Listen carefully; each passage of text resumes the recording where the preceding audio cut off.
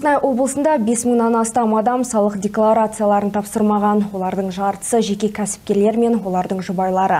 Мемлекеттік кірістер департаменті бұзушыларға қатаң шаралар қолданатын болады. Бірінші рет бұл ескерту. Егер ешқандай әрекет жасалмаса, онда салық есебін ұсынбағандардың шоттары бұғатталады. 16 қыркүйекте Қазақстанда жалпыға бірдей декларациялаудың 3-ші кезеңі аяқталды. Биыл салық есебін ұстануға мұқтаж адамдардың тізіміне жеке кәсіпкерлер қосылды.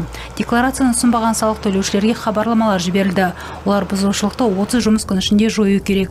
Әйтпесе оларға қатаң шаралар қолданылады. Хабарламаларды бірінші болып алғандар және хабарламаларды орындамағандардың шоттары автоматтандырылған режимде бұғаттала бастайды. Яғни банктік шоттары бұғатталады. Тиісінше бұған жол бермеу үшін барлық салық азамат мобильді қосымшасының және екінші деңгейдегі банктердің қаражаты бойынша декларация тапсыруға шақырамыз. Декларацияны тапсыру үшін бірнеше минут қажет. Мұны мобильді қосымшалар арқылы үйден шықпай-ақ жасауға болады. Егер қиындықтар туындаса, сіз тұрғылықты жеріңіздегі мемлекеттік кірістер басқармасына жүгіне аласыз. Салық есебі берілген кезде шоттардың құлпы ашылады. Үшінші кезең декларанттарының осындай 5000-нан астам тұлғасы ағымдағы күнге декларацияны ұсынбаған. Егер пайыздық қатынаста болса, бұл үшінші кезеңнің жалпы санының 4% құрайды. Оның ішінде жеке кәсіпкерлер 2600, банктік шоттар тек жеке кәсіпкерлерге тыйым салады. Жеке тұлғаларға шоттар бұғатталмайды. Әкімшілік құқық бұзушылық туралы кодекске сәйкес декларацияны тапсыру мерзімдерін бірінші рет бұзу ескертуге әкеп соғады. Bir жыл ішінде қайтадан бұзылған жағдайда жеке тұлғаға